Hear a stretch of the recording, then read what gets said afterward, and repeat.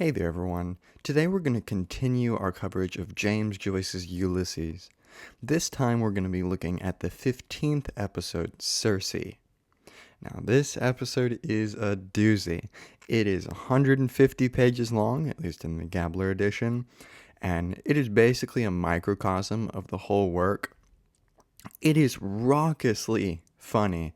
I've never laughed so much when reading a work, and I couldn't hope to cover all of the plot here. And in fact, I don't think that would be useful to you because there are other resources like the Bloomsday book that cover the plot. But my goal here is to provide you with some of the funny moments as well as some of the moments with extreme significance in order to explain what's going on in this episode, because part of the difficulty of this episode, and I will say it's the most difficult, that being said, I actually found it the most enjoyable, probably out of any that I've read so far, just because you get immersed in it and it's sort of therapeutic, and that's itself a testament to the goal of this chapter. But I want to kind of draw all the themes together and help explain why this is so difficult in terms of trying to figure out what's real versus not real, but also kind of explain these themes that run throughout.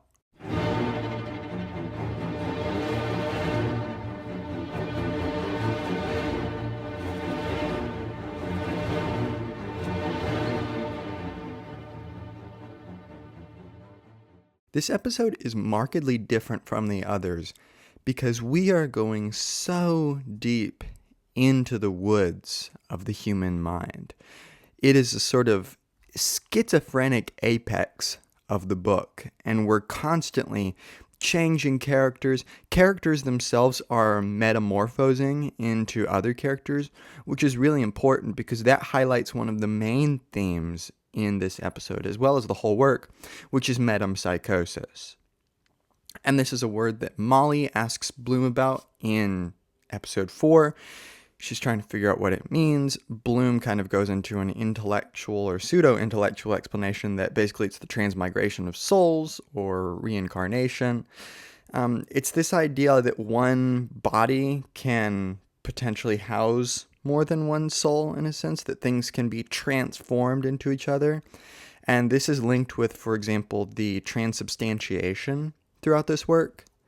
And in chapter 15, we are basically going into Bloom's mind first and then Stephen's mind, and it's after midnight, so they're kind of tired, and Stephen himself is very inebriated. Bloom is sober, but nevertheless, it is as if Bloom is inebriated with all of these feelings of guilt. And these feelings sort of act as a vignette for providing us with this schizophrenic theater. And I think one of the quotes that will actually help explain why Bloom is so guilt-ridden is, this is on page 76. This is from episode 6. And in this episode, Bloom has been thinking about Blazes Boylan throughout, but now he actually sees Blazes Boylan in person. He comes into the room, and we get this quote. Mr. Bloom reviewed the nails on his left hand, then those of his right hand. The nails, yes. Is there anything more in him that she sees? Fascination. Worst man in Dublin. That keeps him alive. They sometimes feel what a person is. Instinct. But a type like that, my nails, I am just looking at them. Well paired, and after, thinking alone. Body getting a bit softy. I would notice that from remembering. What causes that? I suppose the skin can't contract quickly enough when the flesh falls off. But the shape is there. The shape is there still. Shoulders, hips, plump. Night of the dance dressing. Shift stuck between the cheeks behind. So if it's not clear, Bloom is engaged in some body insecurity here. Looking at Boylan causes him to look down at his nails to try to get his mind off of this anxiety he has regarding the Boylan-Molly relationship that is going to take place at that point, and now in Circe it has taken place, presumably at 4:30. That feeling of anxiety comes together with a feeling of guilt over, for example, how he and Molly, particularly he, has responded to the death after 11 days of their child, Rudy Bloom. And that's a big concern throughout this book. It's kind of a latent little bit of guilt, of existential confusion. And this guilt manifests itself for Bloom in all sorts of ways. For example, at the nighttime, Bloom finds food. Bloom's a sucker for food. I'm a sucker for food too, and that's why I think he's so relatable for me in particular. But he sees some food, and he decides to go in and buy a sheep's foot and a pig's foot, because he sees, right at the beginning of chapter 4, he's stuffing food into his pocket and eating food. He's just a foodie, and this sort of stands in as his intense desire to consume, to be satisfied like all of us. And this kind of torments Bloom because he feels like he overpaid for his food. And that's sort of the initial guilt that takes him deep into the situation where he starts to be confronted by his dead father, for example, who puts his hand against his face, and there's this like yellow ooze that goes down Bloom's face from the poison on his father's hands because his father poisoned himself and killed himself. And he confronts his mother, and then he ends up confronting Marion Bloom, that being Molly. And she says, "Oh, Poldy, you are a poor old stick in the mud. Go and see life. See the wide world." And that right there is a sort of microcosm for what's going on in this whole chapter. It's all about self-talk. It's all about reverberating inside Bloom's mind for a while, thinking about how does he respond to his own ideas, particularly his guilt and this theme of sin, which is especially prominent for Stephen because Stephen forsook his mother on her deathbed by not converting to Catholicism or not praying with her, and this sort of eats him up as like his original sin per se. But throughout this chapter, the characters Leopold Bloom and Stephen Dedalus are trying to confront their own minds. And you might read this and think that it's a dream. I don't think that's correct. It's obviously because they just drank absinthe, or at least Stephen did. Bloom hasn't. But absinthe, for example, is a super, super strong alcohol that induces hallucinations when you indulge in it too much. And that sort of acts as a backdrop for the hallucinogenic feeling of this whole episode. And it actually links to the Homeric parallel, which is regarding when Odysseus goes to Circe's island. And Circe is a witch. And she's able to invoke magic. And that is kind of, right, the theme of this episode is this magic ability of the mind and to go into the recesses of the mind. And through all the characters that are reified, and by the way, we get every single character in Ulysses showing up in this one episode. Even objects like, for example, the timepiece, who immortals cuckoo, cuckoo, cuckoo. And that in itself is a little microcosm of the fact that cuckoo is similar to cuckold. So time itself reminds him of his inadequacy, and time remains fairly linear throughout the text. It's constantly something going by, He's tracking, how much time is Boylan still there? Has Boylan got there yet? Time is kind of the utmost importance, and it dilates and it stretches, but we don't really skip back and forth between time necessarily, even when we're thinking about a past memory. It's not in the form of a flashback. We don't actually go there necessarily. We just get to see Bloom or Stephen's thoughts thinking about it. So this ever-presence of time reminds him of the ever-present affair between Boylan and Molly. And it, of course, makes him feel cuckolded. So time itself is the enemy. And considering that the timepiece has a role as a character here is funny in a sense, because every character is reified in this episode as judge, jury, and executioner. It's all about judgment, guilt, being able to stand up to your own mind. They're judging Bloom for his relationship with Martha, his pen pal, for maybe his inability to go home and confront Molly and Boylan, for his inability to be liked, for example, because he's kind of a wanderer throughout, and he really embodies the Jewish characteristic of historically being a wanderer, of not having a place that they can call their nation or their home. So, for example, from the very beginning in episode 4, Bloom is dreaming of owning land in Palestine.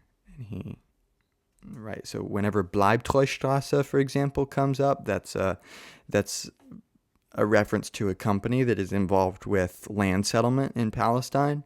So that's kind of a microcosm in and of itself for Bloom's feeling of being a wanderer and needing to be satisfied in some manner. And it takes him to interesting places where, for example, this lady named Zoe at one point is trying to pursue him. And there's such a funny little instance that comes up that is Joycean humor in a nutshell. His skin, alert, feels her fingertips approach. A hand glides over his left thigh. How's the nuts? Offside. Curiously, they are on the right. Heavier, I suppose. 1 in a million, my tailor, Messias says. In sudden alarm, you've a hard chancre. Not likely. I feel it. Her hand slides into his left trouser pocket and brings out a hard, black, shriveled potato. She regards it and Bloom with dumb, moist lips.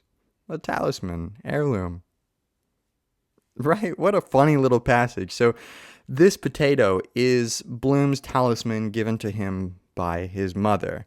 And he keeps this in addition to the bar of soap on him throughout the narrative. He buys the bar of soap in episode 4. And these inanimate objects remain with him. For example, the theme of smell is embodied by the soap, because every once in a while the smell of soap comes to his nose, and that inevitably leads to the thought of Molly's scent. In the Nausicaa episode, that theme of scent becomes much more explicit as he smells Gertie's smell. She goes away and the wind wafts her smell over to him. So the soap kind of embodies that theme. And then the potato is his feeling of safety. And that gets taken away from him, and he's kind of in shock. And that represents Bloom being emasculated. And this is one of the most important parts of the narrative, is Bloom's relationship to femininity. Bloom is not particularly masculine insofar as we typically imagine masculinity of phallic in its symbolic nature, of being active, of being penetrating. He's not like particularly berating, even though he's an advertisement salesman. He's willing to sink back into the background, and that gets him in a number of instances where he gets ignored all the time or interrupted. So he doesn't really have the masculine characteristics that, for example, Blaze's Boylan does. But Bloom kind of has this tenuous relationship to masculinity where, for example, from the very beginning, other characters will insinuate that Bloom is trying to get with Stephen sexually, not in a friendship kind of way, that he was even with another boy at some point, a young boy. which kind of has some Greek parallels itself, just archetypically. But masculinity and femininity are always going to kind of be up in the air with Bloom a little bit. He, especially in Nausicaa, for example, is feminized and engages in this passive position of masturbation, at least from the point of the narrative, which, of course, I think that's a bit of a reductive approach to masculinity or femininity, this active versus passive thing. But I think Joyce is aware of that, and he's just playing on the traditional symbolic significance of those terms. But Bloom, by having that potato, that talisman taken away, he becomes pacified. And we go into this raucously funny situation where Bloom, he makes this weird kind of little speech, which is almost like a critique of like capitalism or corporatism. He speaks impassionedly. These flying Dutchmen or lying Dutchmen, as they recline in their upholstered poop, casting dice, what reck they? Machines is their cry, their chimera, their panacea. Labor-serving apparatuses, supplanters, bugbears, manufactured monsters for mutual murder. Hideous hobgoblins produced by a horde of capitalistic lusts upon our prostituted labor. The poor man starves while they are grassing their royal mountain stags, or shooting peasants and partridges in their purblind pomp of pelf and power. But their reign is rover forever and ever and ever. And then it gets prolonged applause. That passage alone, this is one of the big things that I want to kind of highlight in this, is the comedy in this and the alliteration in this. If you want to understand why Joyce is such a literary genius, this is the chapter. Because, man, is he able to not only emulate other styles like he has in, especially like episodes 12, 13, and 14, but here he's also able to combine it with this deep understanding of the sounds and rhythm of the English language, the likes of which we would get in a poet. But I don't know about you, but I've always been more enticed by prose, because prose seems more natural. It seems, in the way that we would normally do an internal dialogue with ourselves, for example. And this work as a whole is all about internal dialogue, about stream of consciousness, really. So not even dialogue, it's just internal monologue. But the way that Joyce writes prose is as if he was writing poetry, with his attention to detail of the sounds of each of these little, manufactured monsters for mutual murder. Hideous hobgoblins produced by a horde of capitalistic lusts upon our prostituted labor. Like, there's so much subtlety in the articulation of the T's towards the end, the M's at the beginning, the H's in the middle, and the bouncing of hideous hobgoblins. And of course, that's naturally how you want to pronounce it. And there's a funny little, instead of pheasants and partridges, it's peasants and fartridges, which is funny because not only do we bring out that political significance of this text, but now, it's directly against peasants, the action of these flying or lying Dutchmen, but also fartridges kind of having that implicit obscene element of farts, which is quite interesting. And then, of course, for their reign is rover forever and ever and ever. The rounding out of those R's, you almost drown in your own speech, which is kind of, indicative of this tagline on the end of, they will reign forever and ever and ever. It's sort of, you drown out yourself, you drown out your own individuality, your own individual voice, which is a big thing that Joyce is trying to say in here, in a very Nietzschean way, is that nationalism drowns out the individual voice. It artificially inflates conflicts, especially in the early episodes of Stevens. There's this antinomy to history, because history sort of creates a lot of conflicts that Joyce certainly thinks have been accentuated by this feeling of national identity that doesn't actually really exist. It sort of writes over the individual. And as we progress, Bloom starts to be initiated as some sort of king. This is almost like a triumph in his own mind of learning how to self-rule, learning how to, take, for example, what Marion Bloom has said already about him getting out into the world. He's able to kind of rein in his thoughts, and placing his right hand on his testicles, swears, "So may the Creator deal with me. All this I promise to do." Which is kind of funny because, this is Bloom's he's starting to be initiated as his own king of this kingdom, which is the new Bloomusalem, which is quite funny because, of course, that's a play on Jerusalem, but, and because Bloom is Jewish, that makes sense. And because Bloom also mirrors Jesus throughout this, so does Stephen, that also kind of makes sense because he's kind of ushering in the new Jerusalem. But in that one little quote, placing the right hand on the testicles is sort of this is the satirical nature of this, is we're emulating a real life way that people get initiated into rule, but doing it in a funny way. And also the fact that he says, "So may the Creator deal with me," instead of "be with me," kind of hints at his pacification, maybe even his feminization here, of let the Creator deal with me like some overarching father, which is not typically how monarchs talk about God. They talk about being in some sort of synergetic situation with God, of being able to speak on their behalf. I think of the divine right of kings. But anyways, the creation of this kingdom is just so fanciful and fantastical. It's just very funny. Bloom holds up his right hand on which sparkles the Koh-i-Noor diamond. His palfrey neighs, immediate silence. Wireless intercontinental and interplanetary transmitters are set for reception of message. "My subjects, we hereby nominate our faithful charger Copula Felix Hereditary Grand Vizier, and announce that we have this day repudiated our former spouse and have bestowed our royal hand upon the Princess Selene, the splendor of night."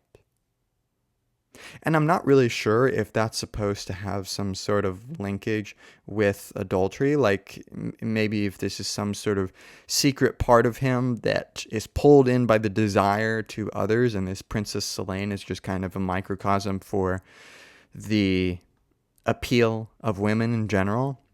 We've got from, I think it was episode 5, Bloom sees this super attractive lady, and he's looking at her and trying to get a glance, and then his view is blocked, and that sort of, he gets all in his head, and he's like, "Man, I wanted to look longer." And I have a feeling that this is sort of indicative of that. But the idea of the intercontinental and interplanetary transmitters, it's like a sort of techno kingdom that he's setting up here. And Bloom embraces John Howard Parnell. "We thank you from our heart, John, for this right royal welcome to Green Erin, the promised land of our common ancestors. The freedom of the city is presented to him embodied in a charter. The keys of Dublin, crossed on a crimson cushion, are given to him. He shows all that he is wearing green socks."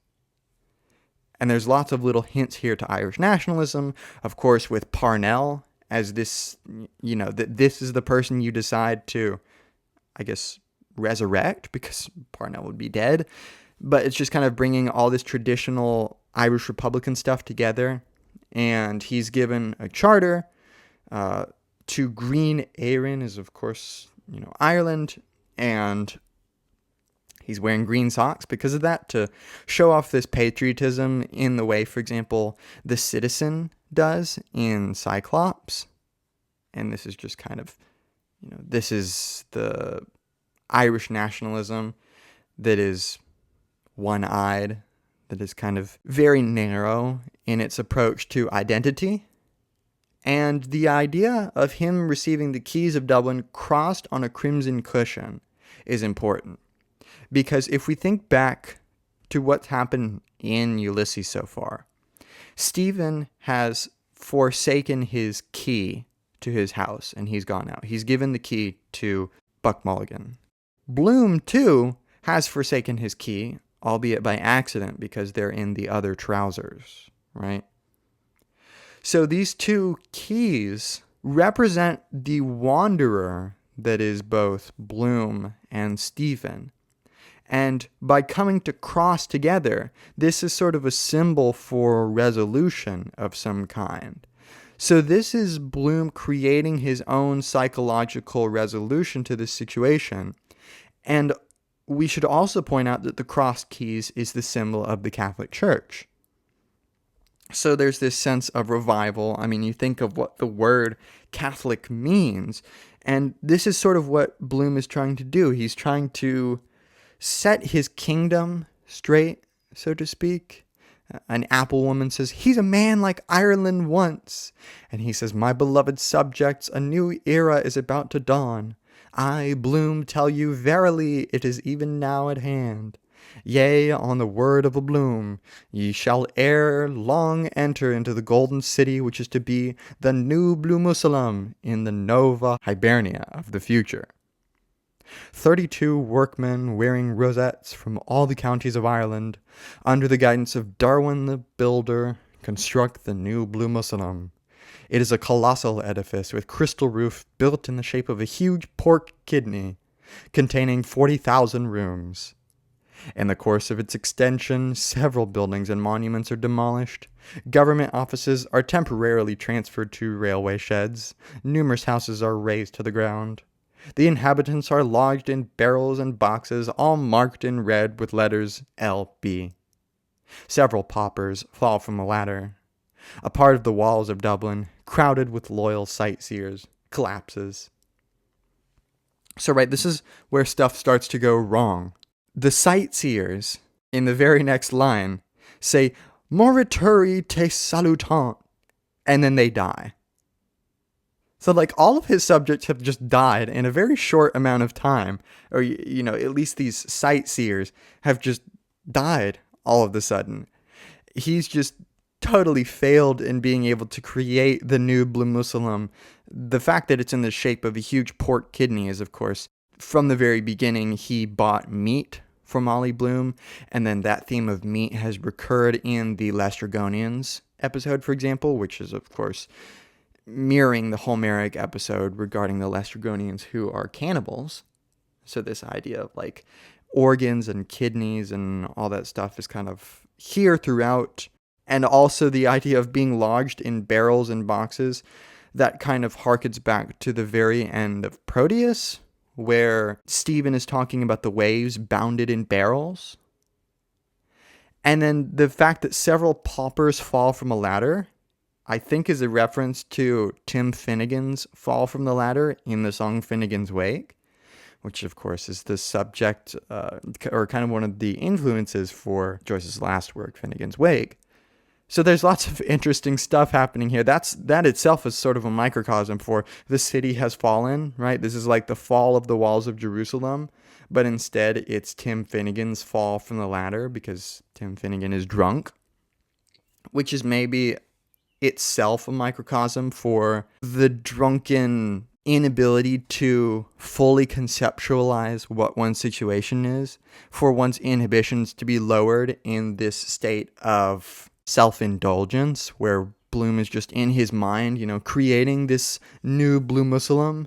And things start going terribly wrong, of course, as he becomes this sort of failed ruler. The women of the city say, "Little father, little father." And then the babies and sucklings say, "Clap, clap hands till Poldy comes home, cakes in his pocket for Leo alone." And you're kind of like, oh, I thought that was going to be happy. I was getting in the sing-songy mood. And then you look back and you realize little father itself is kind of demeaning. It's kind of almost a indictment against his phallic presence, right? He's being demasculated a little as this little father. And, instead of this big tyrant, he's this little father. And he's alone right now. That's his thing throughout. And that's why, of course, Stephen is so important, because both of them need each other. Stephen is kind of suffering from, well, he's a great artist, but he himself is very indulgent in fanciful intellectual debates, which often can just go on ad nauseum, detracts from his ability to really have any sense of trajectory in his life. And then he's also suffering from this feeling of guilt, which links together Bloom and Stephen. And this actually works in the theme of metempsychosis, in which, especially in this episode, Bloom and Stephen kind of morph into each other. And throughout both of their sections, you see aspects of Bloom in Stephen and aspects of Stephen in Bloom. And here, Bloom's rule has just comically fallen, and his loneliness is insisted upon further. It's like everything somehow gets back to his sense of loneliness. Just like, for example, in the first 3 episodes, especially in episode 1 and 2, everything that Stephen thinks about seems to somehow go back to his dead mother, even when he's thinking about the man who drowned in the river. It somehow ends up back with his dead mom in his mind. So there's always these persistent themes that seem to cut through all the particulars and sort of act as a universal, not for everybody, just for these particular persons who are undergoing the feelings of guilt. So it's sort of as if they have their own mental universe, and there are particulars and universals within that universe. There are themes, large themes, universal themes of original sin, which taint the divine kingdom that is Bloom's mind and Stephen's mind, each individually. And that's what they're trying to tarry with throughout this. And the experimental nature of this work is taken to the extreme in this episode, especially page 397 in the Gabler edition. This kind of part at the top is just absolutely crazy. It's this schizophrenic free association from one idea to the next. The littlest possible links, it's sort of these transitory and tenuous relationships that go from, I don't know, tic-tac-toe, what do you see, soul, to absence makes the heart grow younger, to taking part in a stomach race with elderly male and female cripples and saying, "Come on, boys, wriggle it, girls." Which is just, I remember laughing so hard when I read that, and maybe you just need to read the whole thing for it to really make sense, but it's sort of this build up, and then that comment, which I just thought was so funny. And then we also have this continual state of free association, which, this happens sometimes when we just get kind of sensory overload. Your brain feels like it's spinning really fast and you just can't slow it down. And he uncloaks impressively, revealing obesity, unrolls a paper and reads solemnly, Aleph, Beth, Chimel, Daleth, Haggadah, Tefillim, Kosher, Yom Kippur, Hanukkah, Rosh Hashanah, Beni, Brith, Bar Mitzvah, Mazoth, Ashenazim, Meshagach, Talith. Just these random Hebrew words. And an official translation is read by Jimmy Henry, assistant town clerk. The court of conscience is now open. His Most Catholic Majesty will now administer open-air justice, free medical and legal advice, solution of doubles and other problems, all cordially invited, given at this our loyal city of Dublin in the year 1 of paradisiacal era. Paddy Leonard says, "What am I to do about my rates and taxes?" Bloom says, "Pay them, my friend." Paddy says, "Thank you." He starts giving this faux legal advice of just random pseudo answers, and that was such a funny answer, because it's the common man, which is Bloom, is being elevated to the position of His Catholic Majesty, and he's unprepared, really, to give proper answers. And this is sort of itself indicative of the scientific mind that Bloom has throughout, right? He's constantly giving answers of, well, why do black clothes get hotter in the sun than white clothes do? Why does lightning work or electricity, all this random stuff?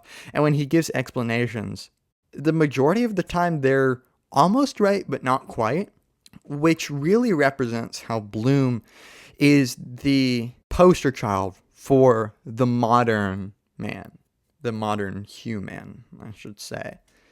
Right? Because we all have a sort of scientific mind. Even if we're not into the natural sciences per se, we have a scientific approach generally to how we, for example, find information in the news. We have a sort of vetting process that ideally we try to go through. We have a sort of scientific method to how we approach our income or our life decisions, of kind of systematically defining our life and taking up our intellect. But it doesn't always work out perfectly, of course. And hence Bloom's kind of inability to become the perfect king, because he's not the perfect king. The perfect king doesn't actually really exist for Joyce, and that's what he's kind of making fun of here, is Bloom is being put in that position. And of course, Bloom is the person that everyone can imagine themselves being. He has the kind of inclinations most people have. He has the kind of thoughts that most people have, even if we don't like to admit it. And there's this really funny section where Alexander Keyes, which of course is significant because Keys is not spelled the same way keys like a house key is spelled, but of course they're connected because the crossed keys design is that of Alexander Keyes, who has a business that Bloom throughout has been trying to get an advertisement ready for. And Alexander Keyes comes into this situation and he asks, when will we have our own house keys? And Bloom says, I stand for the reform of municipal morals and the plain 10 commandments. New worlds for old, union of all, Jew, Muslim, and Gentile. 3 acres and a cow for all children of nature. Saloon motor hearses, compulsory manual labor for all parks open to the public day and night, electric dish scrubbers, tuberculosis, lunacy, war, and mendicinousy must now cease. General amnesty, weekly carnival with masked license, bonuses for all, Esperanto the universal language with universal brotherhood. No more patriotism of bar-spongers and dropsical impostors. Free money, free rent, free love, and a free lay church and a free lay state.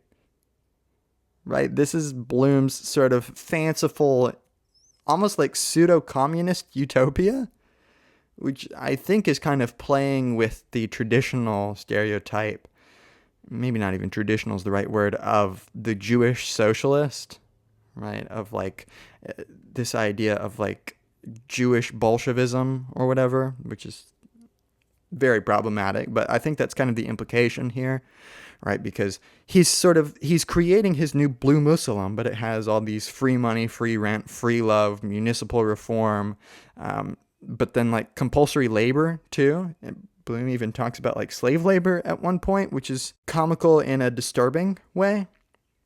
And the 3 acres and a cow is, of course, a reference to 40 acres and a mule, which was, it was basically an incentive for westward expansion in the U.S., that you would get 40 acres and a mule in the west of the United States if you would venture out there and help colonize that land.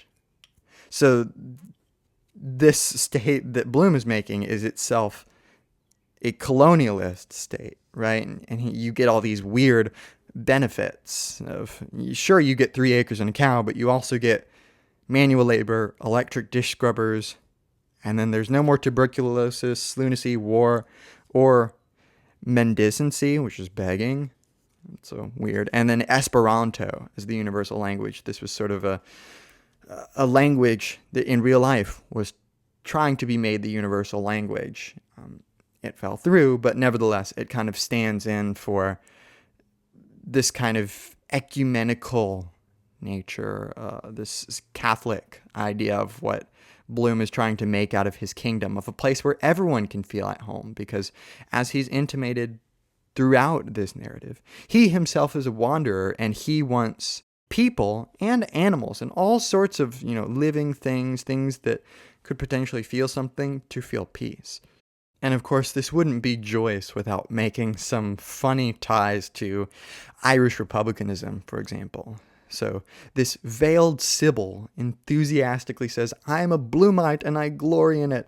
I believe in him in spite of all. I'd give my life for him, the funniest man on earth." And of course, this is exactly the sort of self-talk that Bloom wants for himself. Right now, he's in a good state. He's the king of a falling state, yet he's nevertheless in a good mental state of, he's got all these people saying good things about him in his mind and kind of in his imagination. And this is a sort of homage to the king, which has some sort of divine right. You glorify the king, you believe in him in spite of all, just like, some people talk about religion.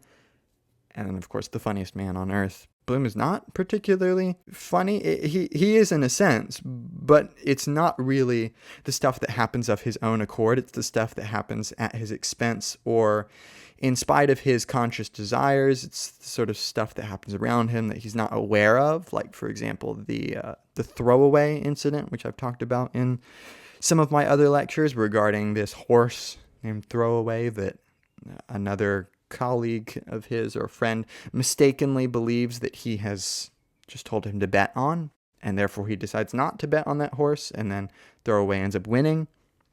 But anyways, the veiled Sibyl, this, figure who sort of prostrates for the rule of Bloom, stabs herself and says, "My hero God," and she dies. Many most attractive and enthusiastic women also commit suicide by stabbing, drowning, drinking prussic acid, aconite, arsenic, opening their veins, refusing food, casting themselves under steamrollers, from the top of Nelson's Pillar into the great vat of Guinness's brewery, asphyxiating themselves by placing their heads in gas ovens, hanging themselves in stylish garters, leaping from windows of different stories. And I thought this was really funny, not in a morbid way, just obviously he's satirizing Irish Republicans, or even religious fanatics, just dogmatists in general, who will lay down their lives for rather inconsequential matters. Now, that is not saying in and of itself that the desire for an Irish Republic is an inconsequential matter, just that oftentimes you'll have these fanciful stories of martyrdom, for example, oftentimes mythologized, which maybe were not strategically the best option. They were maybe more for optics than they were for strategy. And of course, optics is a strategy of sorts, and Joyce recognizes that for sure. In fact, Stephen throughout kind of reflects on the fact that political oratory is so effective, yet it also kind of takes away the poetical significance of language that is present in everyday life, and hence his focus on the everyday. But this here is not really meant to be serious. Sometimes, at the very beginning of Circe, it's serious. It's quite scary, in fact. It's dark and brooding and mysterious and ugly and scary and smelly. But now we're in this comical mood, this lightness, this sort of, right, this is Zarathustra's "I could only believe in a god who could dance" kind of thing. It's this feeling of frivolity which accompanies Bloom even to the depths of his mind, and it doesn't stay frivolous, but nevertheless.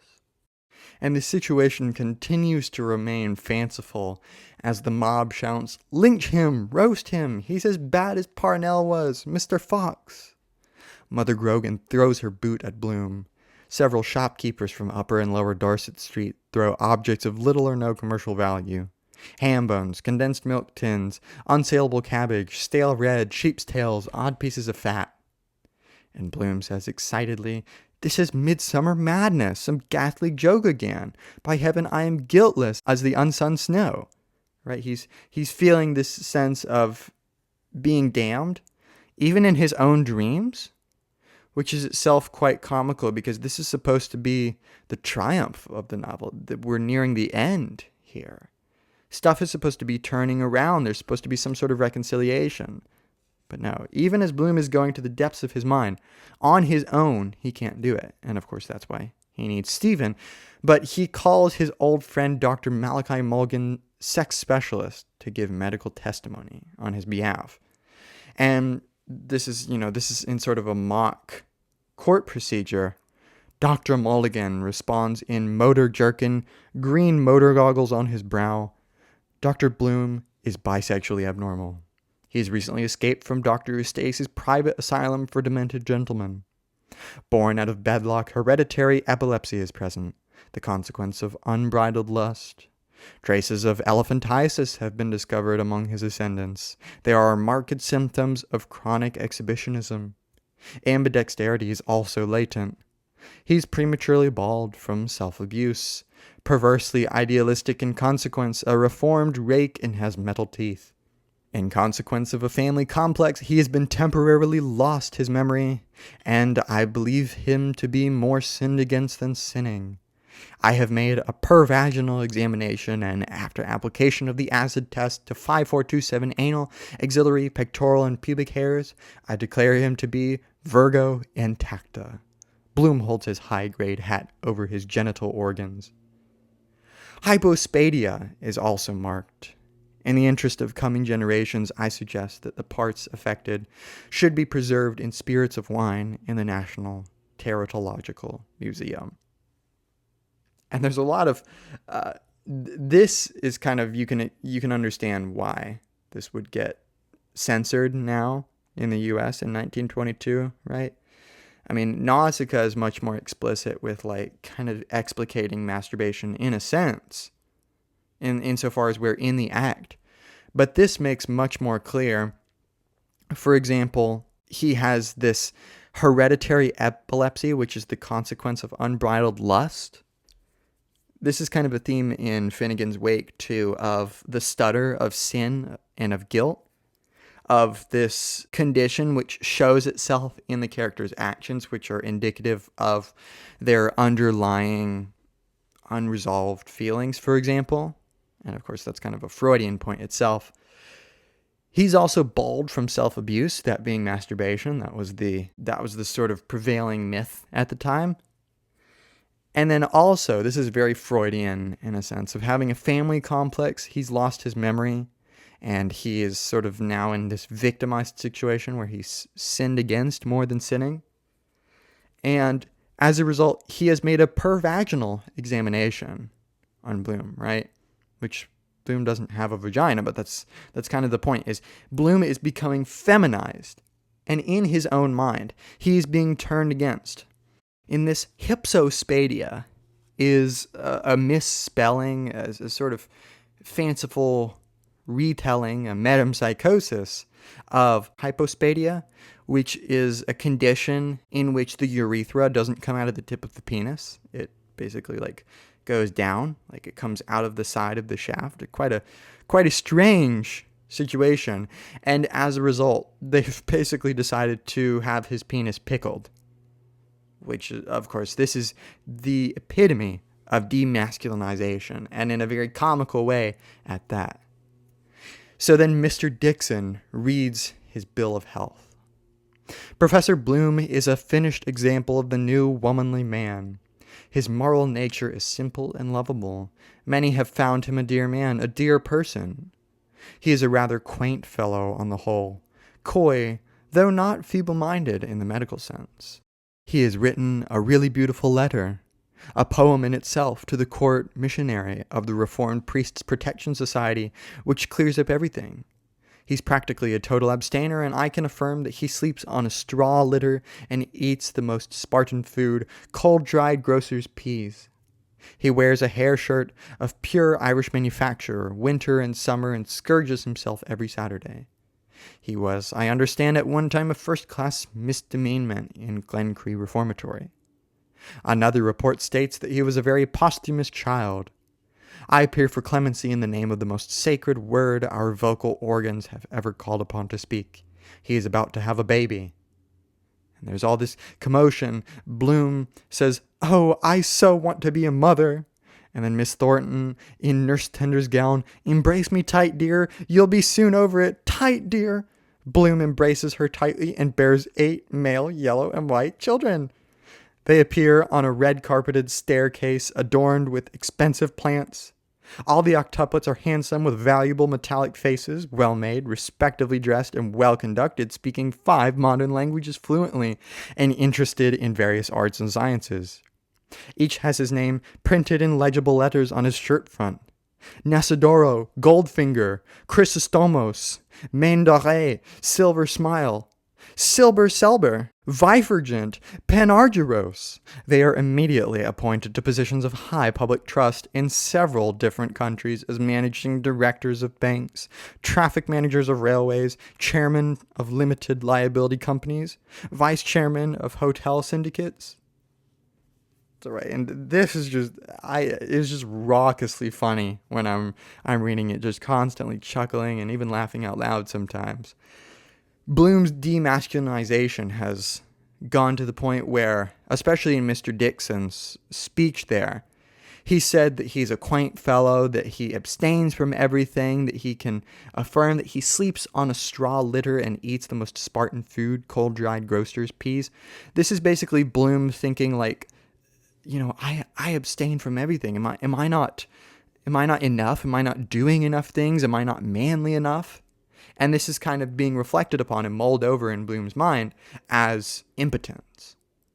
And as a result, he's about to have a baby. He becomes a mother and he births octuplets. And all of these octuplets are just these stereotypically, not even stereotypically, it's just sort of a comedic version of like the rich, well-off prodigy child of sorts. And a voice. And this voice comes back throughout in sort of very disparate times and has these sort of revelatory things that are said to both Bloom and Stephen. It's almost the voice that brings together father and son. It's like the Holy Spirit of sorts. And the voice says, Bloom, are you the Messiah, Ben Joseph or Ben David? Bloom darkly says, you have said it. Which, of course, is a reference to Matthew 26:63 through 64, where Jesus is asked if he, is God, and he says, you have said so. Or are you the Son of God? And he says, you have said so. And it's sort of this kind of, it's a non-answer of sorts, but it's also an answer of sorts. So that's sort of the Bloom-Jesus parallel, and kind of placed in a weird little spot of there's this strange situation going on where Bloom has fallen from his own kingdom. He's basically been castrated instead of being put to death. And now he's turned into Jesus. And Brother Buzz says, then perform a miracle like Father Charles. Bantam Leon says, prophesy who will win the Saint Leger. And then we have just the most comical miracles I've ever heard. Bloom walks on a net, covers his left eye with his left ear, passes through several walls, climbs Nelson's pillar, hangs from the top ledge by his eyelids, eats 12 dozen oysters, shells included, heals several sufferers from King's evil, contracts his face so as to resemble many historical personages, Lord Beaconsfield, Lord Byron, Wat Tyler, Moses of Egypt, Moses Maimonides, Moses Mendelssohn, Henry Irving, Rip Van Winkle, Kossuth, Jean-Jacques Rousseau, Baron Leopold Rothschild, Robinson Crusoe, Sherlock Holmes, Pasteur, turns each foot simultaneously in different directions, bids the tide turn back, eclipses the sun by extending his little finger. And you're just like, man, Joyce, you're just going and going. This is the most fanciful stuff ever. And you might be thinking like, what is the point of all this? Like, why are we talking about this? I feel so lost. That's the point. Bloom is lost in his own mind. Stephen is lost in his own mind. They're lost in their own guilt, their own feelings of sin. This is things that people struggle with. This is real life stuff. This is the sort of, not everyone is going to, nobody, I would argue, maybe save Joyce, is going to have an internal monologue or dialogue or pluralogue that is this expansive and specific. But of course, that's the beauty of literature, is bringing out something that is realistic fiction. It is likely that you will experience some sort of turmoil the likes of which you will experience as you try to make your way through this chapter. That's the point. That's one of the points of the experimental style of Joyce, is that by engaging in this experimental style, he forces you to undergo the feelings of struggle just like you would in the sort of events that he's talking about.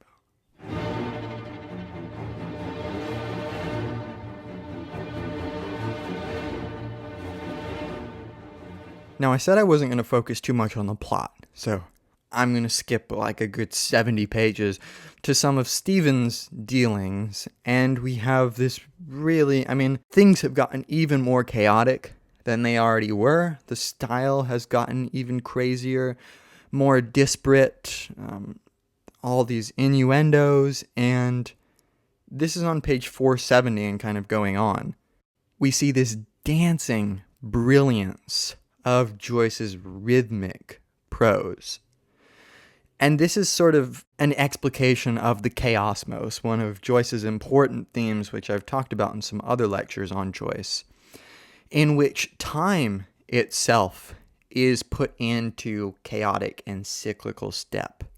The morning and noon hours waltz in their places, turning, advancing to each other, shaping their curves, bowing vis-a-vis. Cavaliers behind them arch and suspend their arms, with hands descending to, touching, rising from their shoulders. You may touch may I touch your? Oh, but lightly, oh, so lightly. Right? Like, time itself, the hours of the day, are literally being equated to a dance and are being put in step. The twilight hours advance from long land shadows, dispersed, lagging, languid-eyed, their cheeks delicate with Cyprian false faint bloom. They are in grey gauze, with dark bat sleeves that flutter in the land breeze. The night hours, one by one, steal to the last place. Morning, noon, and twilight hours retreat before them. They are masked with daggered hair and bracelets of dull bells. Weary, they kirchy under veils.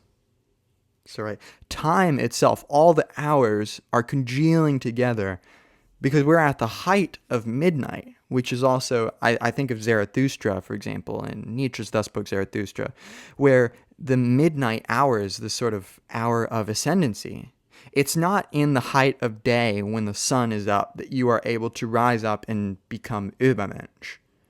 No, you have to go under. You have to go into the night. You must untergehen, right? You must engage in your going under. And by doing so, the night, the lowest of lows, becomes your highest of highs, becomes your way to attain self-mastery. And that's exactly what's going on here. We are going into the center of the chaosmos. We've passed the event horizon of the black hole. We are into the uncanny realm where freely associated ideas come together. We've got, just in these 2 pages, we've got Magini, the pianola, and then the cavaliers and hours of the day all just kind of engaged in this dance together, arabesquing wearily as they pattern and weave on the floor, for example. And Kitty has this strange instance where she runs to Stephen. He leaves Flory brusquely and seizes Kitty. He's dancing with all these different girls. A screaming bittern's harsh high whistle shrieks. Grown grouse gurgling tofts cumbersome whirligig turns slowly the room right round about the room. Right, the alliteration is very explicit there, and it really, once again, the swallowing of those R's, for example, represents this sort of tumultuous rhythm of the chaosmos, of all these ideas intermeshing together. Then, for example, Stephen wheels Kitty into Lynch's arms, snatches up his ash plant from the table, and takes the floor. All wheel, whirl, waltz, twir, Bloom, Bella, Kitty, Lynch, Flory's O, Jujube, women. Stephen with hat, ash plant, frog splits in middle high kicks, with sky kicking mouth shut, hand clasp part under thigh. With clang, tinkle, boom, hammer, tally-ho, hornblower, blue, green, yellow flashes, tofts, cumbersome turns, with hobby horse riders from gilded snakes dangled, bowels, fandango, leaping, spurns, soil foot, and fall again. I mean, the rhythm there is just intoxicating. I could study that passage. I did for like 30 minutes, just going back through it, just being like, man, what is he saying there? Because it's impenetrable in a sense, but in another sense, it's also just infatuating in the way that Joyce can be. And right, this next little alliterative passage is close-clutched, swifter, with glare, blare, flare, scudding, they scoot, loot, shoot, lumbering by, barabum. That's the piano, of course, they're engaged in this dance of death that's going on here. So it's so interesting to look at all the alliteration that's going on there and just see that, for example, Stephen, he picks up his ash plant, his staff of sorts, his walking stick, and he says, "Ah non, par exemple, the intellectual imagination, with me all or not all, non serviam." And then he says, "No, no, no, break my spirit, all of you, if you can, I'll bring you all to heel." And the mother here, Stephen's mother, is sort of coming in here in between and lambasting him, becoming like this religious chimera. She is as he says, non-corrosive supplement, the corpse shewer, raw head and bloody bones. She's turned into this like looming chimera. His sin has become so overt, kind of standing over him, but he's being defiant. And he says, "No tongue," that's from Wagner. Right, that's from Die Valkyrie, Wagner's second opera in the Ring cycle.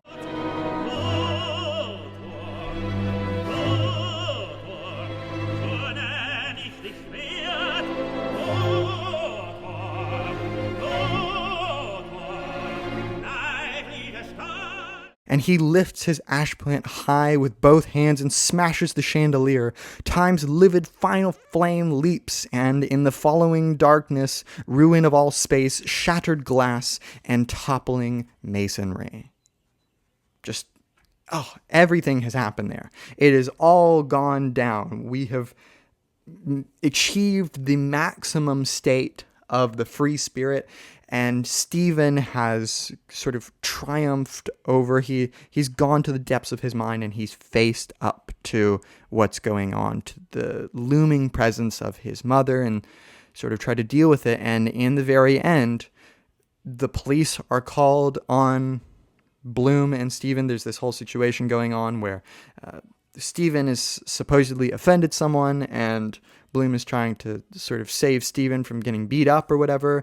Stephen collapses drunk, and Bloom helps him recover, and it ends in this lovely kind of father-son moment that finishes off the second part of Ulysses.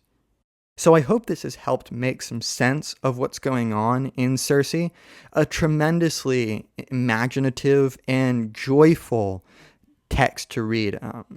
It made me so excited to go through all of it and just get enraptured. I mean, I finished it in like 2 days, which is a lot for me. 150 pages in 2 days is unheard of for Gavin, but be it as it may. Check out any of my other lectures that I've done on postmodernism, German idealism, gender theory, other literature. Become a channel member for $5 a month and gain access to, among other things, a private philosophy Zoom, which you can tailor to your needs. Maybe you need help with some sort of reading of, I don't know, Deleuze or Foucault, or I don't know, maybe I can help with Joyce. I also have super thanks available if you just want to help donate to the channel, because books are expensive, but no pressure. That's it for this lecture, and I'll see you in another one.